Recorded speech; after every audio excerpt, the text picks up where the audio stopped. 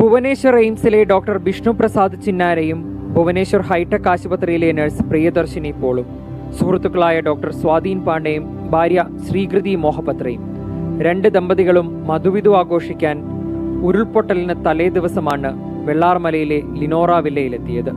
വെള്ളരിമലയിൽ ഉരുളുരുണ്ടുകൂടിയ രാത്രിയിൽ പാട്ടും ആഘോഷവുമെല്ലാം കഴിഞ്ഞ് ഏറെ വൈകിയാണ് എല്ലാവരും ഉറങ്ങാൻ കിടന്നത്.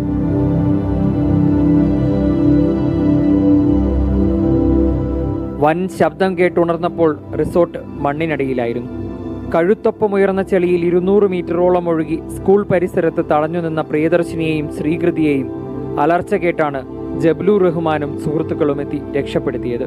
ആ സ്റ്റേജിൻ്റെ അവിടെ എത്തിയപ്പോൾ ഒരു കരച്ചിൽ, ഹെൽപ്പ് ഹെൽപ്പ് എന്ന് പറഞ്ഞിട്ട് ഇങ്ങനെ കരയുന്നത് കേട്ട് അപ്പോൾ ഞങ്ങൾ ശ്രദ്ധിച്ച് അവിടെ ഇരുന്ന് നോക്കിയപ്പോൾ അതിൻ്റെ അടിയിലാണ് രണ്ടുപേര് ഉണ്ടായത്. ഞങ്ങൾ അതിൻ്റെ അടിയിൽ പോയിട്ട് അവർ അവിടെ ഇങ്ങനെ പേടിച്ച് നിൽക്കുകയായിരുന്നു. ഞങ്ങൾ അവിടുന്ന് രണ്ടുപേര് താങ്ങി